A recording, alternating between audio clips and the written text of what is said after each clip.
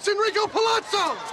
It's Michael Govier of the Hey, it's Enrico Pallazzo Fantasy Baseball Podcast and the Cinema 9 Pod. That's a movie podcast. I'm trying to tie both of them together because even though the Hey, it's Enrico Pallazzo Podcast is what brought today's guest on, the movie podcast is very much a part of what we're going to talk about today as well. So it's kind of like a combo of the two worlds. Palazzo meets Cinema 9 here in a very special edition. Our guest today is Mark Holton, the one and only. Some said it wouldn't be done. Some said it wasn't real. But Twitter is a real place with real people who actually don't hate each other. Mark is a stand-up guy. Mark, welcome to the show. Thank you so much for giving us some of your time. Thank you very much for having me. And when I first came across your logo, I was like, what in the hell?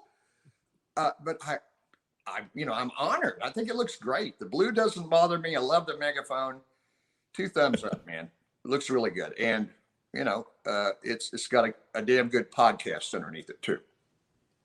Whoa. Yeah. That's impressive. Getting praise of the Palazzo podcast from Mark Holton himself. Hey, it's Enrico Pallazzo. That's you. I mean, I don't know if we can ever top that. We're going to try to, though, in this interview/conversation with Mark. And we're really grateful for Mark and his time. And you can follow him on Twitter if you want. The real Mark Holton. Is that the tag?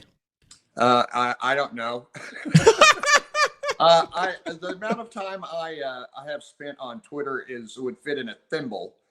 I hang out mostly at official Mark Holton on Instagram, and then everything I do there magically appears in Facebook. Awesome. Yes, it's at real Mark Holton. If we want to pump up his Twitter followers, he's not going to use Twitter. It's fine. He's on Instagram, though, and that's where we're going to follow you as well from our Instagram account on the Palazzo Podcast and the Cinema 9 Pod, which is actually has a pretty healthy following. We don't use it as much for the Fantasy Baseball Pod. I don't know why. Some social media platforms just translate well for certain types of pods and topics. I don't know why that is, but it's just kind of how things go, Mark. I'll tell you this. The line you've heard the most in your life, beyond the Hey, it's Enrico Pallazzo line, most people quote what to you? Oh, definitely from Big Adventure. I know you are, but what am I? And it's usually done like this. I know you are, but what am I? The fans, they know the dialogue backwards and forward better than I do. It's just amazing. How many times do you think you've ever watched Pee-wee's Big Adventure? 5 or 6 times. The last time I watched it was in Dallas at a really beautiful old theater, right before the COVID hell hit us. And, Paul was doing a 35th anniversary tour and having screenings, and he would come out afterward and entertain the crowd. And that was the closest one to me. And I said, I'd love to come. And he fixed me up. My wife and I drove down and just thoroughly enjoyed it, seeing it in a beautiful old theater, with wonderful sound, in a Texas audience. You have to remember, if you haven't seen Big Adventure with Texans, you haven't lived. When they're saying deep in the heart of Texas, the theater erupted. I bet. The Alamo, yeah, all that stuff. Very much a part of the movie. For those if you're watching this interview and you've never seen Pee-wee's Big Adventure, then you should probably not watch this interview yet. You should probably go watch the movie first, then come back. Either way. That's amazing. That's so cool. Yeah, I've never been to a theater in Texas to see a movie other than Castaway, 2001. I was in Dallas and I was sweating my ass off. And I just had to get inside for like an hour and a half to cool down. And Castaway was playing for $1. So that's my only Texas movie experience, Mark. Smooth move. It was. That was the worst. So hot. It was dead summer. Woo! But that's not what we're here to talk about. We're here to talk with Mark Holton live. And I'm telling you, Mark, people are fascinated by Paul Reubens. They see Pee-wee and they've seen the show, movies, the sequels. They even did another one. There was a Netflix, a couple years ago. It was a kind of a continuation of the story. Is Paul anything like that based on what you know about him, or is he just a regular dude? He's just a regular dude. I mean, he's just a regular businessman. And now he is very funny outside of doing Pee-wee. Very, of course. I mean, if you look at just the dialogue from any of his films, He's a master comedian. I watched him at the event I just mentioned take a balloon and absolutely bring the audience to their knees with laughter with a balloon. I'm not going to give anything else away, but if you fish around on YouTube, you probably find a few examples of how funny he is with nothing but a blown up balloon. No doubt about that. I'm going to check that out after this interview for sure.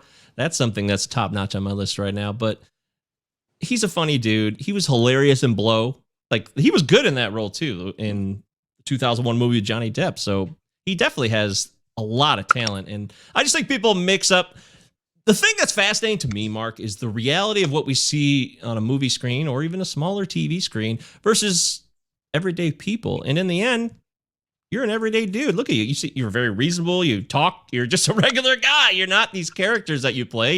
You play a character and then you move on. Is that how you see it? Or yeah, I think that's a pretty fair. Sure. And what about? Oh, and appreciate it. Yeah. What about the fan love though? When they want to, like, if they ever run into you or they contact you somehow through Instagram or anything like this, are you happy to kind of play along, or is there a time and a place where you're like, I'd like to be left alone? So if I'm in private. But you probably wouldn't be bothered in private either, but I'm just curious how you view that world and that kind of line of my life versus what you think my life is and how much you're entitled to the characters I've played. Well, I haven't been doing this very long, and I've been very blessed that my following has grown as fast as it has. And, a lot of people have asked me questions like that, sent me messages on Messenger. And, I just tell them, I say, hell, if it wasn't for the fans and friends on here, I'd just be another village idiot. So, if you don't appreciate the people that have taken me, through 4 decades of career, then you're an asshole. You're my kind of guy, Mark. I love it. Preach. Self-deprecating humor is so important to me, and I think you're obviously along those lines. We're talking live with Mark Holton here. It's amazing. Didn't think it was real, then it's real. Turns out people are real, and we can talk to them, and they're very reasonable. Mark is a reasonable dude talking with us live. He's also a funny guy. Do you think comedy has changed since the 80s and the 90s, in your opinion? I mean, it's probably obvious that it has changed, but I wonder if you see it that way. If I were to honestly answer that, things would get political, and I'm not going to go there. But I will say that I agree with you that they have changed dramatically, especially recently. And that's all I'm going to say. All right. That's all I have to say about that. How did you get the Enrico Pallazzo job? Because really, it's just one line. You come in and audition for a singular line in that movie? Well, I hate to tell you this, but I don't remember reading for this role. I have no memory. And I don't remember if my agent just called me up and said, they'd like to offer it to you. But my God, I was a big fan of these guys. I loved, where the movie came from was Police Squad, which was if you haven't seen, there's the 6 episodes that are out there. Please watch them. They're so funny.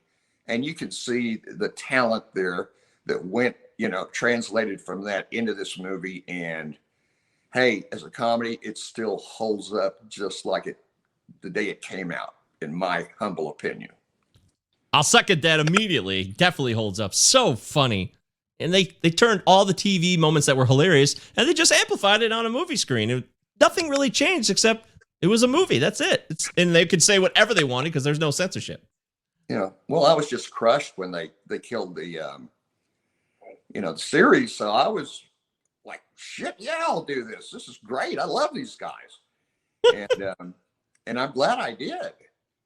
It was just a moment in one of the funniest segments of the whole film that for some reason seemed to pop, and I didn't realize or have an appreciation for what exactly happened there mechanically or whatever. Mhm. until very recently or whatever. There's been a lot of pretty much in-depth articles.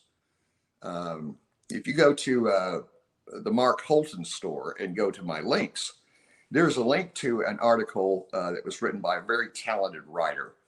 And the title of the article is, Hey, it's Enrico Pallazzo.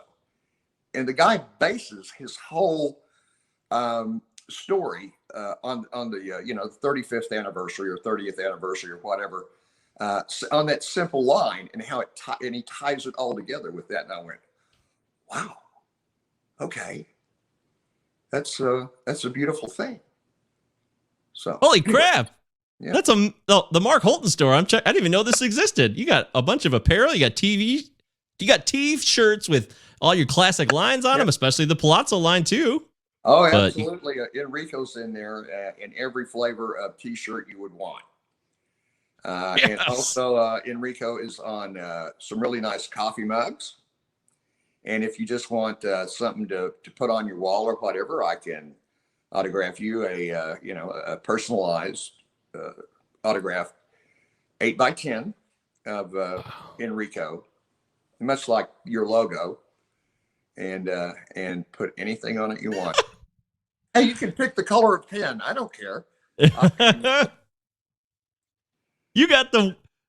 Oh my God, you were in the Gacy movie. You got the killer clown face on a shirt here. That's intense. Yeah. Man, that is really good, actually. I got some friends who love horror, and people love clown horror too, in a way. I know Gacy ended up being a serial murderer. We know that, but people love that kind of stuff in a way that is really popular today. Horror movies have never been more popular. 80s horror continues to be as popular as it ever was today. It's very strange. I know. I'm blown away. The first convention I did was a horror convention, and I'm getting ready to do the Pennsylvania Horror Con on the 21st and 22nd. Oh, looking forward to that. I have family members and friends that have come up to me, and people that come up to me at the conventions and say, I've never seen Gacy because I didn't want it to ruin my childhood memory of Francis or Chubby or Ozzy. And so, I understand that, but I posted something on my Instagram page, a scene out of Gacy, and I got a lot of response to it saying, I have never seen this movie, and purposely, but after seeing that scene, I'm going to check it out. it was a television movie. Is that correct? It was a network TV movie, or no? No, it was pretty much straight to tape. Oh, okay. All right. Well, then I am going to check that out myself. In fact, I might bring that up on Cinema 9 Pod to find out, does it hold up or not? You never know. That's what we do. We look at older films and we look at it today. Does it hold up? And if people are saying, hey, I like what I'm seeing, this needs more attention, that's the type of movie we look for. Well, it was shot on a shoestring, like a lot of my films. If you got it on dollar night, I wouldn't give you your buck back. So if you watch it for free, my conscience is clear if you don't like it, Yes. I love Mark. Mark, you still got it, in my opinion. I'm loving what I'm hearing from you. But I'm still fascinated by the Palazzo. So you don't remember really being hired for the Palazzo role. Do you remember being at the stadium or anything like that? Yes. Okay. Yes. I remember showing up at the stadium, getting into the wardrobe, and then I guess the atmosphere had already been placed, and they put me in there, and of course I knew the storyline, I had the script, so I knew what kind of a moment this could be, and we did a couple of takes, not many, and then I was out of there. That easy, yeah. And the rest is history. For me. No premiere or anything? Do you remember going to a premiere for that? No, I didn't go to the premiere. I don't remember being invited or whatever. I don't know if I was or not. That's what's so fascinating about it, though. It's such a big line. Like you said, it did pop and you felt that it might, but at the same time, it's so brief. It's basically one line. That's the way I felt, and I'm sure that's the way everybody on the film felt. And it turned out to be something more than that. And the only thing that has ever been said to me personally was, I asked these guys at a convention, they're going on and on about the Enrico Pallazzo thing. And I said, what makes that such a memorable moment or a funny moment to you dudes? And I think they were brothers. And they said, well, we had just been to see Pee-wee's Big Adventure. After that, we saw Teen Wolf. We went to see Naked Gun, and bang, there's the guy. And for some reason, that elicited, a ha ha ha from these guys. Was just the shock that, what the hell's he doing in here? And that's the only conversation I've ever had that clued me in, for those guys anyway. Why it meant so much to them anyway. That makes a lot of sense. The build-up, the movies you'd been in, you had more than one line. You had roles, and they were kind of famous roles for the time period, and today, of course, obviously. Yes. But you put all that together. In my mind, nobody's going to realize. Nobody's going to put two and two together. Right, you're not seeing it that way. No. Isn't that what's fascinating about creating entertainment, right? What you do, and then what's seen and what's absorbed. They're just like alternate dimensions. They kind of collide. It's fascinating. Yeah, and over the decades, you watch this stuff. It's like everything's bigger now. My God, right. The Leprechaun franchise. They're still saying, when are we going to get another one? Bring back Warwick. It just blows my mind. But hey, very cool with me, So you didn't, I hate to go back to this, but I've just wanted to add this one thing. You didn't get any calls to do that Netflix Pee-wee at all? There wasn't like, hey, maybe we'll bring Francis back for that, or? Well, if it's the one I'm thinking of, I was moving at the time. And right in the middle of the move. And I just, I couldn't do it. I was like way under the gun, way up against the wall, time-wise. So it didn't work out. But I'm happy with leaving Francis where I think he belongs, Yeah. No regrets, right? Not at all. No. What about the ink gum? Was it real ink gum? How does that happen? How do you get your tongue like that? You just got some licorice? No, they gave it to me in a glass bottle from the special effects people. And I don't know if they had gone out and gotten, a serpent urine or whatever and put it in the damn bottle. It tasted like it was horrible. And of course it stained me. And then they had to rub all that shit off of it and reset, for the next day. I was like, oh my God, I've got to put that in my mouth again. I have no idea what it was, but it read well on camera, and that's all that, matters. That's true. Serpent urine. That's great. That's a great line. So you didn't really interact with anybody else on the Naked Gun set then, beyond like the people, the crew and stuff, but not like Nelsie Nielsen or O.J. Simpson. He was in that movie. It's crazy. Well, I had a good friend that was actually in the crowd that I looked over and recognized him, and he was dressed as he was the rabbi. Oh yeah, the rabbi. Yeah. I went over. I said, Jerry, what's going on, man? And he goes, I don't know. I just, I'm retired. I started to, doing extra stuff, and here I am. I didn't know you were going to be in this. I said, well, I didn't know you'd be here either.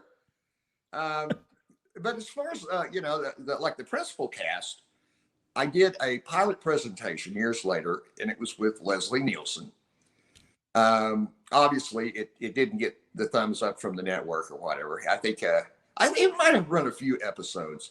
Leslie Nielsen owned a gym, and it was about his life and the family around him or whatever, from what I remember. But he was just a wonderful guy, very funny.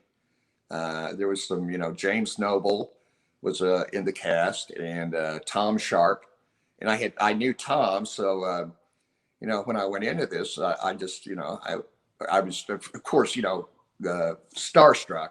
I just fawned over him or whatever. And we got into a normal conversation like we're having. And you know what? If you had to pick somebody as a neighbor, it would have been Leslie Nielsen.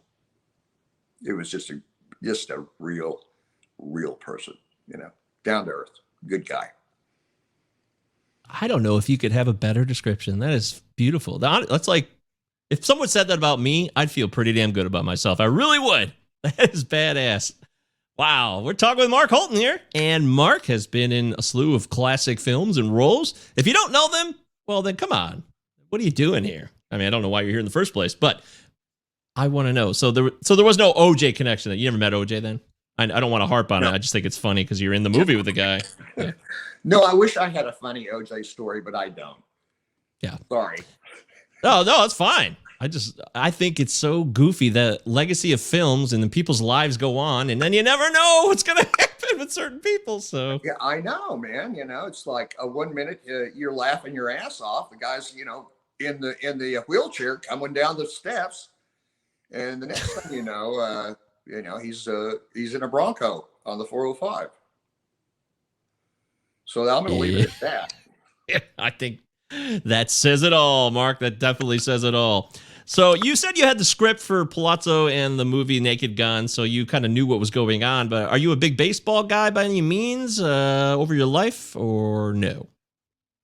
The first Major League Baseball game I went to was at Busch Gardens, Busch Stadium, and set up in the peanut gallery, the cheap seats. And it was long enough, in the past where the programs were actually they were huge. And they were big enough to make the best paper airplanes I've ever seen. None of which ever made it all the way down to the field. I remember that and watching these little tiny players. What's going on down there? But it was still, exciting as hell. And, later I would go to, games at Dodger Stadium and also the new stadium where the Angels play. What is that stadium? Used to be Anaheim Stadium. Now they call it the, Yeah. It was a huge place. That's where I always knew the trivia on this, but I slipped out. Even though it's supposed to be a home Angels game, I know some of it was filmed there, but maybe it wasn't. And I don't. No, no, you're absolutely right. And in June, if you'll go online and look at the California Angels magazine, they have an online magazine, and about past page 100 or whatever, you will find different articles. I think it's a 4-part write-up on the film Naked Gun. And he talks about it from, here you got this ball club and these baseball guys, and all of a sudden they're invaded by this, mega team, from Hollywood with these friggin' lights and reflectors and cameras and stuff. And it was a big, it was a big deal. And they've interviewed, a lot of the guys that were, I guess, stadium staff and on the team that made it on screen. So if you want to know, the history of the film, you gotta, it's right there. And then the last little segment is on your icon there, your logo. And so I would invite you, if it's the June issue, if you're hardcore and you want to read those articles, then there's a lot of history there. There's a lot of baseball history. Told from a different perspective than what you're used to. Well, I'm hardcore, Mark. I know that, so I'm all in. I've read a lot about it over the years, but it's been a minute too. I guess anybody who was a pro probably would have gone and refreshed his memory, but I just wanted to do this naturally too as well. I love the movie. It was also the same year the Dodgers won the World Series that year the movie came out too, which was interesting. Wasn't the Angels, but it was LA still. Yeah, LA, yeah. All right, we're continuing on here with Mark Holton. Did you guys know that Mark Holton was also in another baseball movie called A League of Their Own? Now, Little Stillwell was a pain in the ass, and you played the adult version who's at the Hall of Fame and talking with Dottie later on. So, did you know that kid? Did you interact with the Little Stillwell or not? I think the only thing I knew was what I read off the written page. You pretty much get the gist of what the kid's doing or going to do on screen. Yeah, not complicated. Pretty much, one note. You little bastard, get out of here. So I don't know why Penny Marshall thought of me. I guess, facially or whatever. She flew me to a location before we got to New York, just to meet me and kind of talk with me and make sure she didn't have to fire me or anything. And I must have, passed muster. And then, when we went to film, we filmed at the Hall of Fame, which was, I tell you what, I mean, if you walk into that place, if you're not affected, there's something wrong with you. The real Baseball Hall of Fame, right? That Yes. time in Cooperstown, New York. Yes, in Cooperstown. We stayed in Oneonta, and every morning the Teamsters would come pick me up, and they would take me on this, back route, scenic back route. And it was just like every, place you would come across was like something out of a Norman Rockwell painting. It was in the fall, and there's, scarecrows and pumpkins, and it was just the ride to Cooperstown was wonderful. And when I got there, I got to film in the Baseball Hall of Fame. And I think the most memorable thing about the behind the scenes that went on there, we were getting ready to start shooting. They were pretty much all set up and ready to go. And Penny Marshall started, doing this to some of the crew. And she said, "Come with me." And I said, "Okay." So we went up to the theater, which was an interactive theater. And you sit there and you watch this film about baseball that was very inspiring. And I had bought her a little present. I knew that she loved sake. So I bought her a nice little bottle of sake with a little, sake cup on the top, and I wrapped it. I had planned on giving it to her at the end of the day, but I took it up there with us. And during the film, I just kind of reached over and put it in her lap. And a few minutes later, I looked up and she's going, never a word, passed between us or whatever, but obviously she liked it. And then we went down, and of course she had me, where she wanted me after that film. And it was, I think it was a real smooth move on her part. Nice memory. She passed recently. Yeah. You enjoyed working with her. She nothing but a pleasure. I mean, you don't have to tell bad stories. That's not what I'm asking for. I just like to know she had a storied career. I mean, yeah. Her family too, very legendary, and Awakenings, so many great movies. So I didn't know her outside of her being a director, and she was a very obviously a very good director.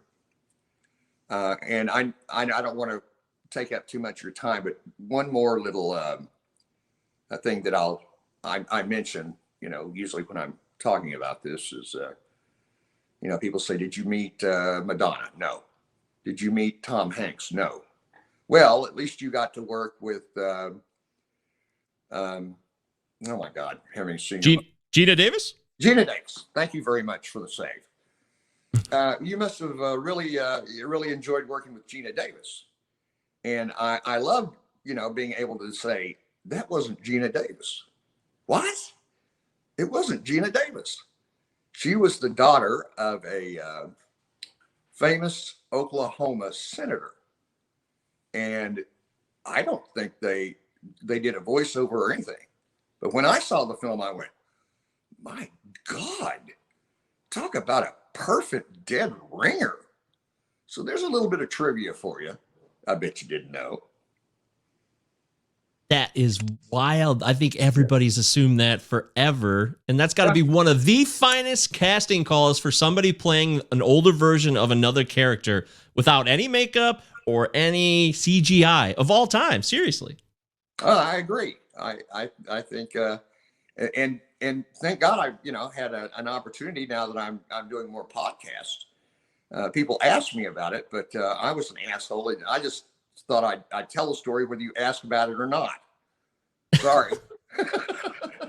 We preach no censorship, open forum. You speak your mind, Mark, here. That's what we believe in. We are not limiting. We don't censor. We want to hear the truth. We want to hear all the stories. I don't like to limit people. I like to open up the conversation. That's what I do. Obviously, and I thank you.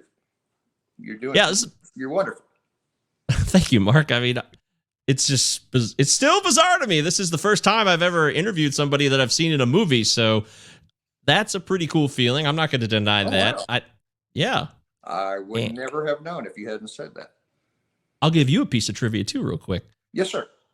Somebody with my exact name. My name is Michael Govier, and Michael Govier won an Academy Award this year for a documentary short. He's a real guy. He's got the exact same name as me. I was watching the Oscars back in March, and I was sitting here working on some stuff, and all of a sudden, Reese Witherspoon says, Michael Govier for Best Documentary Short. And I was like, what? Wait. I don't remember seeing that. I know. I can't believe Reese Witherspoon just said my name. It was really bizarre, but it actually happened. It's not me, though. Not me. I can't take credit for it. You should use that, man. You should, have it like in your intro on your podcast. Just have Reese Witherspoon going. And now the winner is, and then just cut it off. After your name, just cut it off and go to something else. I love it. I'm definitely going to do that. That's a great idea. You're right. I don't know why I didn't do that before. What's wrong with me? I want to close it out. We haven't talked much Teen Wolf here. So Teen Wolf's very popular. People love Teen Wolf. Teen Wolf's had a whole other life too, because there's been new versions of it done. There was sequels, Teen Wolf 2, and so on and so forth. But I honestly wonder, like, Chubbs was the name of the character. Was that designed with you in mind? Was it designed with your permission? I feel like it was written as the role for fat jokes. And I think the director realized that maybe I had a little more to offer him besides the Twinkie jokes. And he actually expanded my role. And, I just wanted to, to play the role as that guy in high school that you were, or you knew, that wasn't, part of the cool clique. And I think it came off that way. Absolutely. 1000%. I think it's even become more of a beloved role. My pal Chris Deary, who's not here, he loves Teen Wolf, and I know he's sad that he can't ask you about it, so I wanted to make sure I asked you about the role and Chubbs. And do you take it too seriously? Like, if you have to be part of a fat joke situation, does that bother you at all, or did it bother you? Or you're like, hey, this is just what I'm doing, and I don't care? Well, no, I mean, but I was a lot more portly then. Right. It wouldn't make much sense for me to go, oh, well, I don't know. I want to play somebody skinny. But, the whole idea to me was hilarious that I would ever be on a basketball team. So it worked for me. I mean, I don't know if it was when the bad guy, Mick, I think it was when he said, shoot it, fat boy. It may have been then, and it may have been when I did the hook shot. It cuts back to me quickly after that, it goes in. And when it cuts back to me, that was my honest reaction. I was like, it went in? What? Nobody was as surprised on that court but me, because I couldn't play my way out of a wet tissue bag. But for some reason, the damn thing went in that time. So that is so badass. God, that is so cool. Yeah. See, that's the kind of stories I was hoping to get from you. I'm so grateful for the time and the energy and the honest conversation, Mark. This is one of the cooler experiences I've had since I started doing podcasting and all this stuff over the last year and a half. So you have been a highlight, and I want to thank you so much for giving us your time, man. It's been super cool. Well, you made it very easy and enjoyable for me, and I thank you. Fantastic. Well, real Mark Holton, that's him. He's mainly on Instagram, though. Twitter, not so much. But I bet we can get him up beyond the 14 followers he has on Twitter. So if you want to follow him on good luck. Real Mark Holton on Twitter, if you're interested. You don't have to go there, Mark. Don't worry. You can just keep ignoring it. No, I have to go there to The only thing that annoys me is like if you don't mention me at all, but just the fact that you pop up, all of a sudden, my guy, you have 5 messages on Twitter, or there's the number 5, and I go and I look for them. I'm going, there's nothing here. What the hell is this thing bugging the shit out of me for? But I'll figure it out. I'm old, but I'm not stupid or dead yet, so I'll figure it out. You're just getting good, Mark. No way. Yeah, you are far from any of that. No doubt about it. Everyone, let's give it up for Mark Holton. What an incredible pleasure it's been for the Palazzo podcast, for the Cinema 9 podcast. We thank Mark Holton. Mark, thank you so much for joining us. Thank you.